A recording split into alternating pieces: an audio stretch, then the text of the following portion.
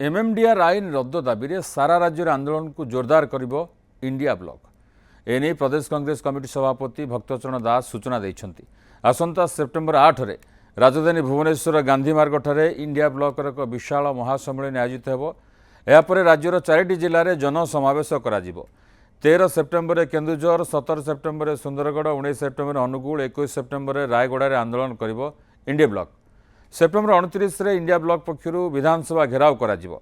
केवल राजरास्तार नुहे विधानसभा India block 12 जन सदस्य एही कला आईन को घोर विरोध करिवे बोली भक्तदास कहिसंती। 9 तारीख दिन को हवाकू थवा कार्यक्रम 8 सेप्टेम्बर रे भुवनेश्वर ठारे इंडिया ब्लॉक रो समस्त दलर मिलित कन्वेंशन हबो 8 तारीख सेप्टेम्बर 8 तारीख दिन ए चारिटा जिले रे चारिटी बड़ कार्यक्रम अनुष्ठित हेबो, साधारण सभा हेबो। ए सब कार्यक्रम को सफल करबा पाई आमे राज्यवासी समस्त को अनुरोध करूछु एवं या परे 29 तारीख दिन विधानसभा घेराव कार्यक्रम करा जिवो।